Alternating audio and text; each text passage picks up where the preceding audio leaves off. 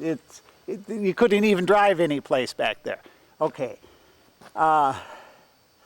They put up those signs about do not block gate. Okay, I can't block the gate, you know, and they think they might have to use it for some reason. They had these cement things all around. Remember, this was my home. This is I was living on under $10 a day. And the year before, this woods had been thinned out. It might be a good thing to thin out the woods. I'm not a tree expert. If you know that was a good plan, fine. If that helps the environment, I'm okay. I don't know. But they drove heavy equipment through there and took down trees and had, you know, big things going through there. Well, once they put that up, see that cement wall? And you see that little mound there. I couldn't go very far back in there anyway, but I would pull my van in here to be in the shade because I wanted to comply. I didn't want to block their gate. And you can see the little cement things in right here. So I'd pull my van back here so that I could be out of the shade, or in the shade. But I'll tell you, on cold, windy, wet, rainy, sleet, snowy days, sometimes the wind's howling. To be snuggled into a little spot like that sometimes was a lifesaver for me. And one day I'm parked there, and the maintenance people for the DNR came through the lot, and if they phoned, I don't know if they did or not, but if they phoned the right amount of time, the lot looked like this, except that's my vehicle there. There were no vehicles. There was absolutely no one here that day. And I'm parked back there, and it was windy and cold. I remember I was, shivering. And conservation wardens either by chance drove in or because these maintenance people called them. And they came in and told me I had to move the van out of there. I had to leave my little bit of warmth out of the wind, and I had to go.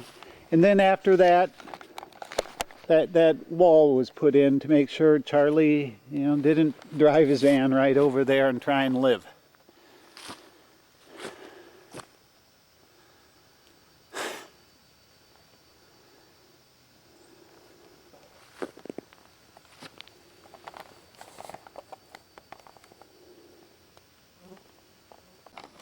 Now, I'm sure you can see the 3 bullet holes.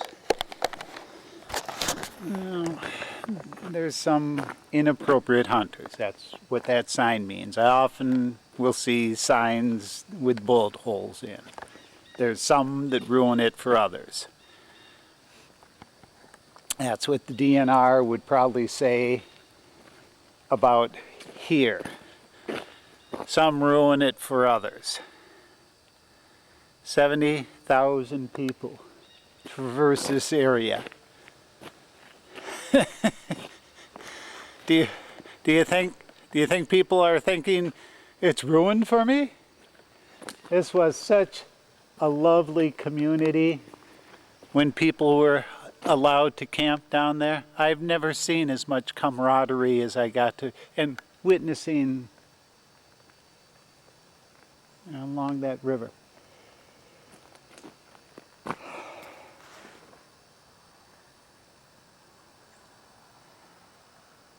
The tape where we discussed that Ploutz and Croplin and I have our conversation out here, and they purport because I was so angry that they were so frightened of me. These 2 armed people with badges were so frightened of a citizen that they left. They wouldn't talk to me. But I was angry because the gate had been open that day, and they were going to close it. They opened the gate for hunters. Now, hunters do that, but that's not all hunters. They opened it for hunters, but not all hunters. Just deer hunters. No, not just deer hunters, just deer hunters that use gunpowder for their projectile. One that uses a bow and arrow isn't allowed access, except during the gun hunting season. But some people that want to go down and enjoy nature, go down and 70,000 people.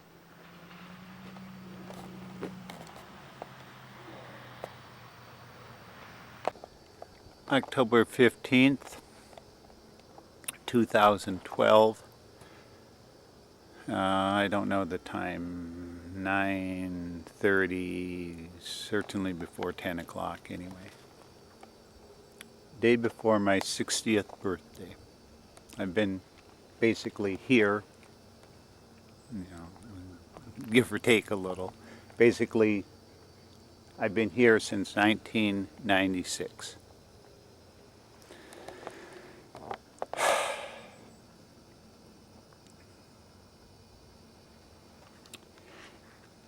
In a closing paragraph of a letter I addressed to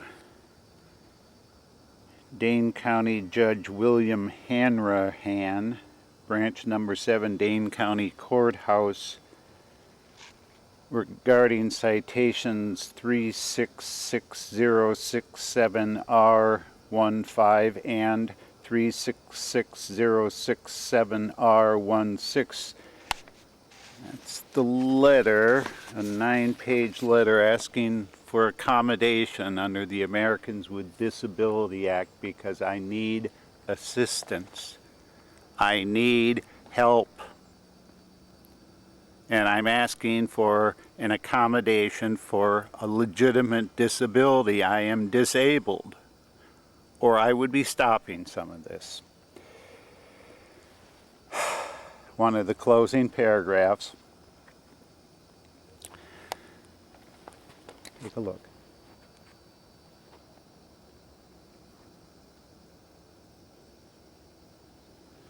I'll tell you, I've got too many things in my hand, but on the longest day of the year, the sun sets just a little bit to the left of that last notch before the hill goes way down. And on the shortest day of the year, on that where there's a long gradual dip, then there's an up and a down and then the trees again. In the up, a down, and then the trees again. In that dip, on the shortest day of the year, that's where the sun sets. But I couldn't attest to that under the rules of the DNR because I wouldn't be allowed to watch that sunset. Can you imagine that? I would not be allowed to watch that sunset. That would be a criminal act in this state,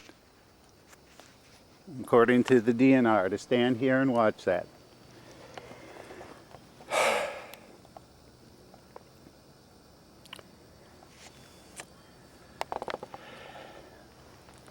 Dear Judge Hanrahan, or whatever the name is, closing, page 9, 1, 2, 3, 4, fourth from the last paragraph. I am disabled, not dumb.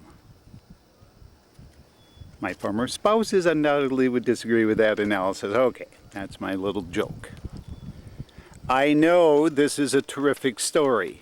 Attorney driven to homelessness by a county. The Wisconsin Department of Natural Resources performs Rivergate on my tent and steals evidence of wrongdoing by department. Rather than living out of a dumpster, as I'm sure the county would have preferred, I became the mayor of a nude beach. See 11/14/07 Wisconsin State Journal article at page 1A, not enclosed.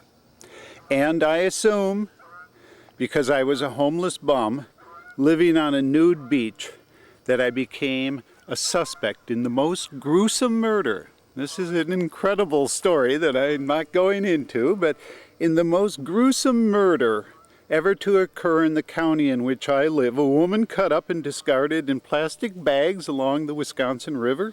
I mean, isn't that incredible? I know that makes for a great story. I know that. And yet, here I am trapped in my disability and unable to profit from the bizarre set of circumstances which have befallen me.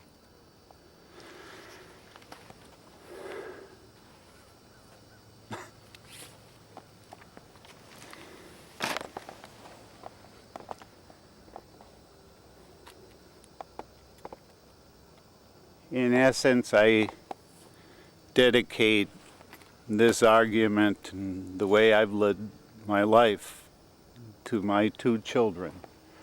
Robert George Wise, that recently turned 19, and I have not had any contact or seen him since 1996.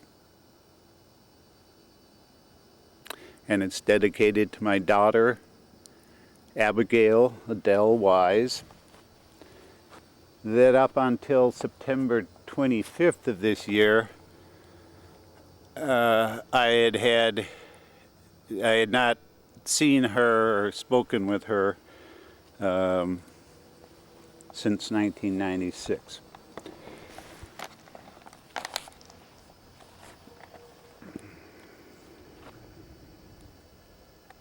On September 25th, when she came here,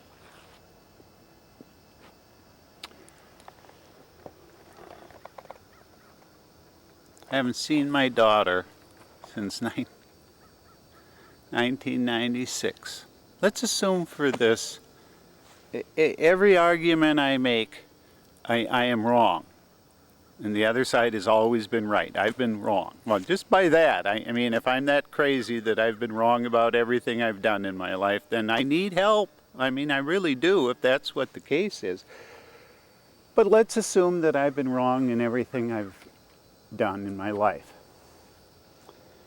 I haven't seen my daughter since 1996. And I get that opportunity. Where do you think I take my daughter? I have not seen her since 1996. This is pretty here, but I knew we didn't have enough time, and I couldn't show her this because of the time factor. And so instead I took her over to that bluff, Cactus Bluff.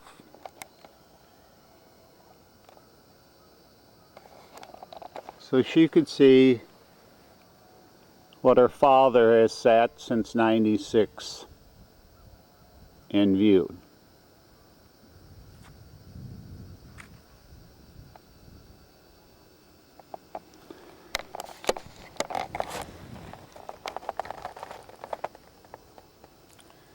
And she wants to know,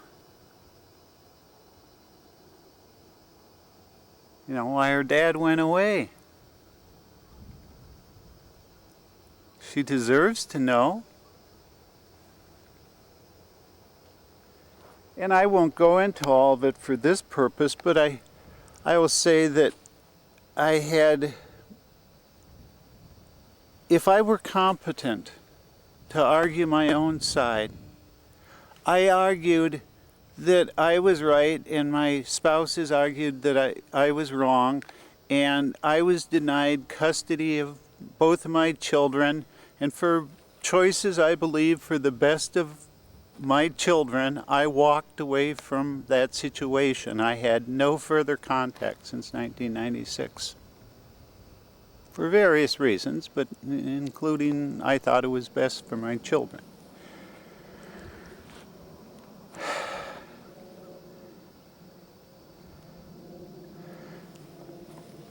And since 96 I haven't seen her, and I took her there to see this place. And I get this sense from the question she asked, how she looks at it, and some of the things she said.